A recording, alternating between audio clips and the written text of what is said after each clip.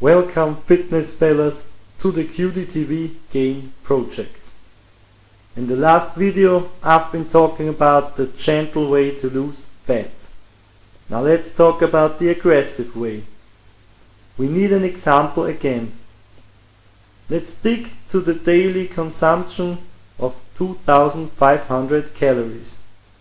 The idea of the aggressive way to lose fat is that you start with the highest deficit and then lower the deficit until you've reached your goal. Why do you start with the highest deficit? You do that because your metabolism is the highest in the beginning of a diet. A caloric deficit over a few months might force it to go down a little bit.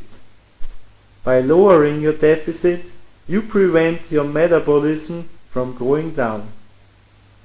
Let's do a quick calculation before I answer a question of one of my subscribers.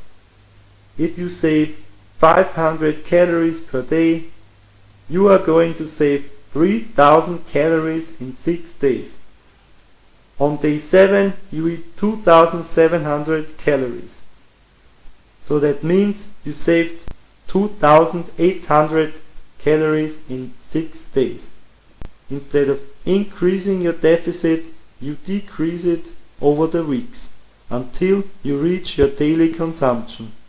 If you are done cutting and you still haven't lost enough fat, make sure to give your body a short break from cutting of about 2 weeks and then start your cut again.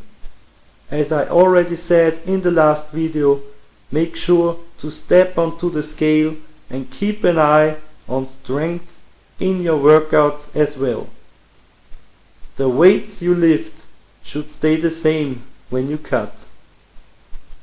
Also try to keep the reps at the same level they were before the cut.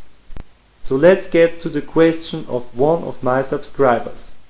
My man has already lost 12 pounds until now and he just wants to lose a little bit more to be able to see his abs. He asked me if and how many calories he should save to get leaner. First of all, respect for that. Losing 12 pounds, especially if you're not really overweight, is a huge success. There are a few things you have to consider before you know exactly what to do. Check how many calories you are consuming and how high your daily consumption is. If you are already in a caloric deficit of more than 900 or 1000 calories per day, it will probably be the case that your metabolism is down and it won't be a good idea to eat even less.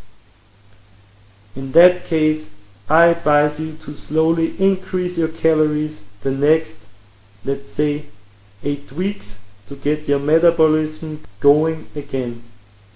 If your deficit is less than 900, you can try to increase your deficit at about 50 calories each week.